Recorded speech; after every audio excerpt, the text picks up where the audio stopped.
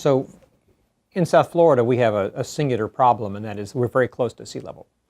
And so of all the big metropolitan areas in the world, and certainly in the country, sea level rise, climate change are foremost on their mind. We can worry about what to do to keep the water out, but we can't ignore the problem of why the water's rising, why the climate's changing.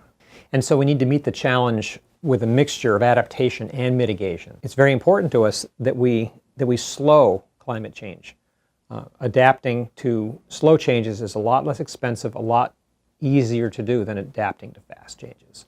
So what is the single thing we can do to slow the changes to our planet, to reduce the amount of damage that we experience as a species living on the Earth? It's to stop burning carbon fuels. And how do you do that? You replace them with something else. And so for that reason, I look at what our power options are here. It's not a good wind city, but we get a lot of sunlight. Currently, my home pays $9.39 a month, which is the cheapest bill you can have with FP&L. I'm actually producing more solar electricity than I'm actually consuming at my home. So I'm in the process of getting a 100% electric car, which will be fed off my solar panels. So it's been an interesting process over the last 2 years. It makes incredible economic sense. So it turns out the solar economics does work for us. If you're buying a new house, if you're a new homeowner, if you put solar on the roof when you get the house, it saves you about $811 a year as a homeowner on your living expenses.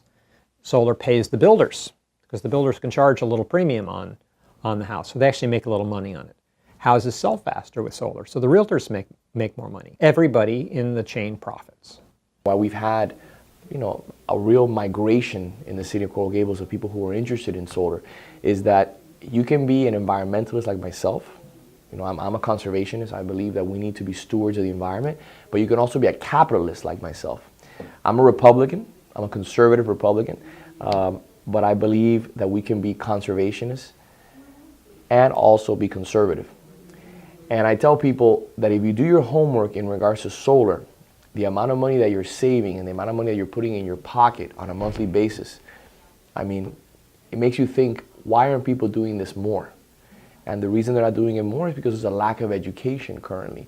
And we're doing everything we possibly can as a city, and also using the Y-Green to really explain to people the benefits of solar, that it is not a hazard, and that it is easy to install, and that the transition is seamless. So getting the word out about solar, which is now economically advantageous. It's not a sacrifice.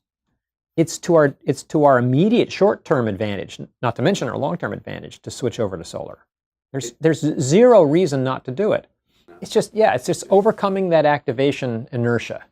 Getting people past that step where they go, oh yeah, of course we do this. It's just like impact windows. Nobody would build a house today without impact windows, right? Because everybody wants it, everybody expects it, the codes require something like that. And sure, I got a subcontractor, I call him, he does it for me. It's no biggie. Same thing with solar. It's just another sub.